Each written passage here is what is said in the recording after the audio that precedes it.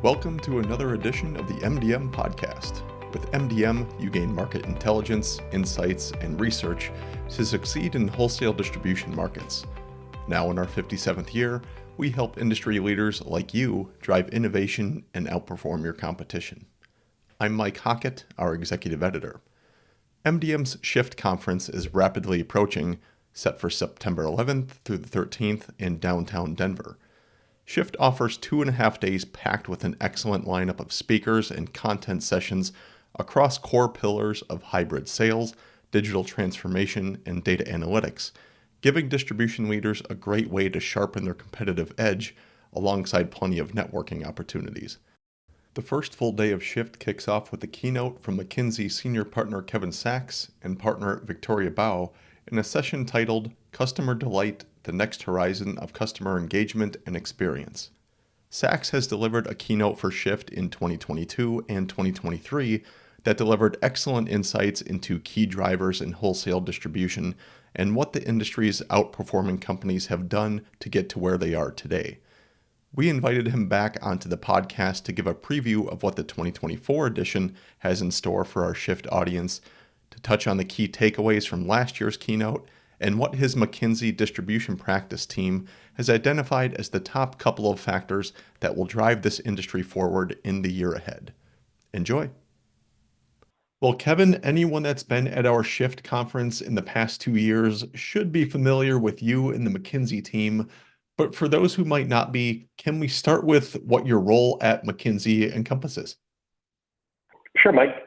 Great to connect and very much looking forward to attending Shift yet again this year. I am Kevin Sachs, a senior partner with McKinsey & Company. We're a global management consulting firm, and within McKinsey, I lead our distribution practice globally along with a couple of colleagues. Within North America specifically, we've got over 150 people that spend substantially all of their time and energy focused on distributors and helping them drive value creation in their business. And so we've had the opportunity to serve usually 3 out of the 5 or so of within any sub-segment that you can pick within distribution, and across hundreds of distributors. So we really have a passion for the business model, and so love having the chance to interact in opportunities like this. I know that we at MDM and much of our audience enjoys McKinsey's content. It's always great insights into what's happening in the world of distribution and its underlying factors here. And certainly you shared some of that insight at last year's Shift conference with you and Alex Applenor, the presentation you had there. Yeah. It focused on higher EBITDA multiple drivers, which you identified about a dozen outperforming public distributors and the differentiators that they are leveraging to achieve high financial performance. Can you sum up the core message of that presentation from a year ago, and if any key piece of it has changed over the past year? Sure. So last year, the focus was, hey, how do I think about what it takes for me to earn a higher EBITDA multiple? And we'd say that's a relevant question, whether you're a private or public company, because when all said and done, valuation at some level is a scorecard, and that scorecard can be leveraged in different ways, whether you sell the company or you're raising capital or just sort of measuring your own performance. And I think the first observation is, if you go look broadly across the industry, the vast majority and the average is usually in the high single digits, kind of the 8 to 9 range when you look over an extended period of time. And yet there are a set of companies that really have outperformed and have outperformed over an extended period of time. We looked over about a 10-year period. And so then we asked ourselves, well, what can you learn from that?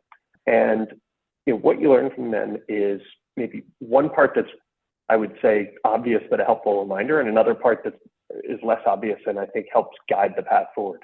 Right? The obvious part that's a helpful reminder is to say, just mathematically at some level, the EBITDA multiple that you get is going to be a reflection of the expected growth, right? The expected expansion in margins and your capital efficiency. And so the things that you do to expand the EBITDA multiple that you deserve are really driving improved performance on those 3 dimensions.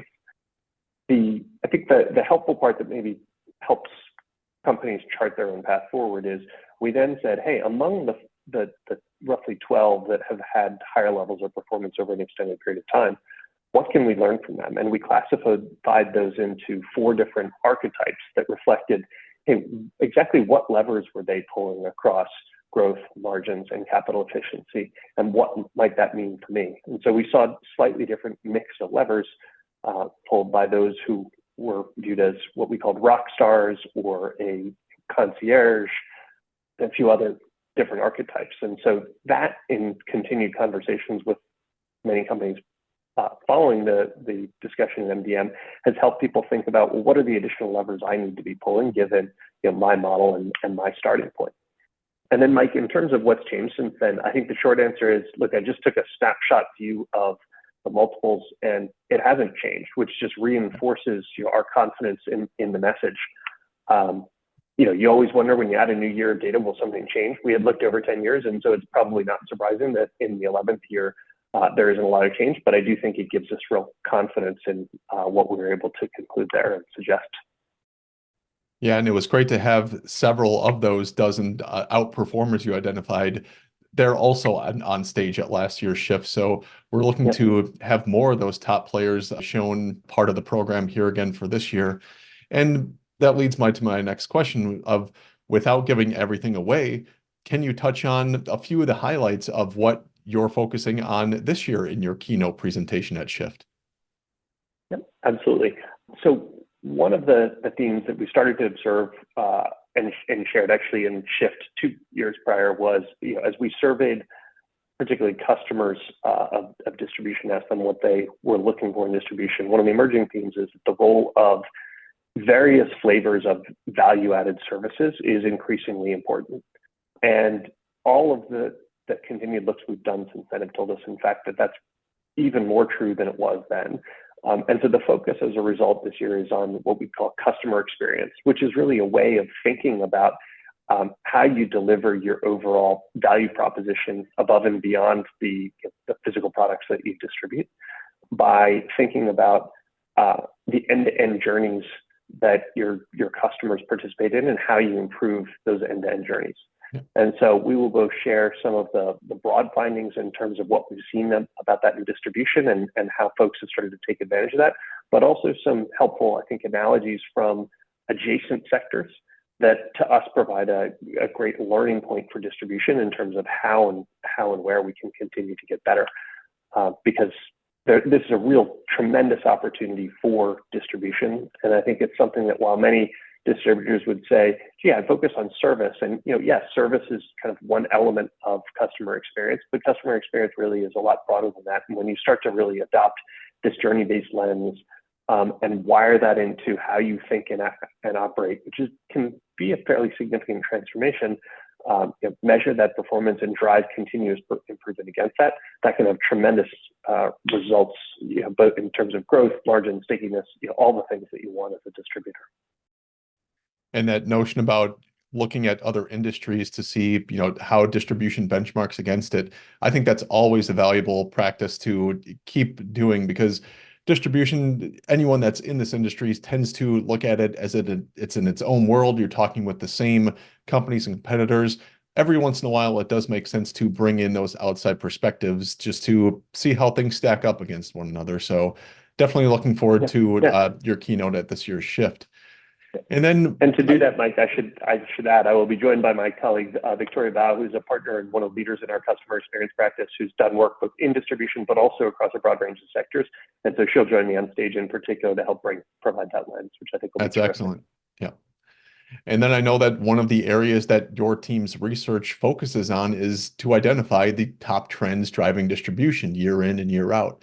So are there 2 or maybe 3 that you've seen gain particular traction since last year's conference, or ones that you foresee as being the biggest drivers in the year ahead? Yeah, absolutely. Look, distribution has gone through a lot of change since last year at some level, and I think most of that is driven by the changing macroeconomic environment. Now, one of the things I love about distribution is it touches every sector. And so depending on exactly where you play in distribution, you're going to see this a little bit differently. But I think the macro thing that folks are seeing is, number one, growth is harder to come by than it was during many of the post-COVID years.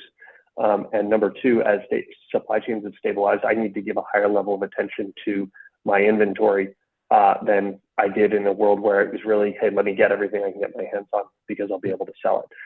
And so what companies are really doing is saying, okay, if those are my challenges and I really need to figure out a new level of performance on those, then how do I leverage AI, digital broadly to drive both growth and improved inventory performance?